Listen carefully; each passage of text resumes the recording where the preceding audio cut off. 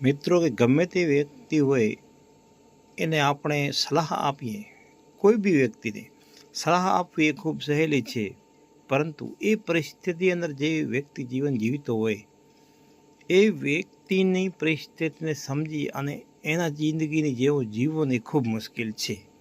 એ દ્રષ્ટાંત સમજાવતી એક આ ટચુકડી વાર્તા છે મિત્રો, કે એક સંત જઈ રહ્યા હતા, બે મજૂર કામ કરી રહ્યા હતા. મજૂર જેમ કોદાળી જમીનને મારતા હતા એમ એમના મોઢામાંથી ઊંહકારા નીકળતા હતા, ઊંહ ઊંહ.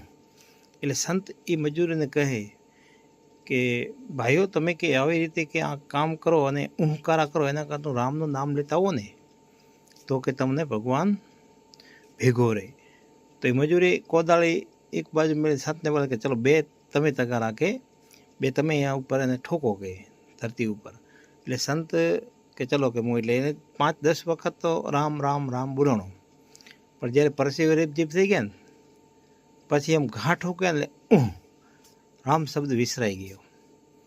એટલે કહેવાનો મતલબ છે કે કોઈ બીને સલાહ આપવી સહેલી છે, પરંતુ એ વ્યક્તિ જે પરિસ્થિતિમાંથી નીકળ્યો હોય ને એ તો જેની ઉપર વીતી હોય ને એને જ ખબર પડી શકે, અન્ય ખાલી વર્ણન કરી શકે, બાકી એનાથી કશું થતું નથી.